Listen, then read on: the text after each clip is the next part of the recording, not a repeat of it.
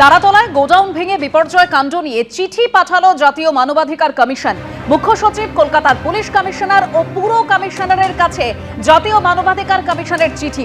তথ্য জানবো আরো বিস্তারিত আমাদের প্রতিনিধি আবির দত্ত রয়েছেন টেলিফোন লাইনে। আবির, দেখো, যেটা জানা যাচ্ছে যে রাজ্যের মুখ্য সচিব, কলকাতা পুলিশ কমিশনার এবং পুর কমিশনারকে চিঠি পাঠালো জাতীয় মানবাধিকার কমিশন, এবং সেখানে তাদের তরফ থেকে যেটা বলা হলো যে তারা মূলত যেটা সেখান থেকে জানতে চাইলেন যে তারাতলাতে যে ঘটনা ঘটেছে সেই ঘটনায় যে স্যাংশন করা একটি প্ল্যান, যে প্ল্যানটি কি ফল্ট ছিল যার জন্য এই ঘটনা, কি ঘটনার কারণে এইভাবে কোলাপস করার করে এই ইমারত বা এই যে স্ট্রাকচার, এবং তৃতীয়ত ঠিক যাদের মৃত্যু হয়েছে এবং যারা আহত তাদের জন্য কি ধরনের ক্ষতিপূরণের ব্যবস্থা সরকার করেছে।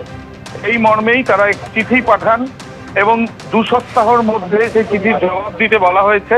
এই চিঠি পাঠানো হয়েছে রাজ্যের মুখ্য সচিব, police commissioner, Kolkata police commissioner এবং পুর কমিশনারকে।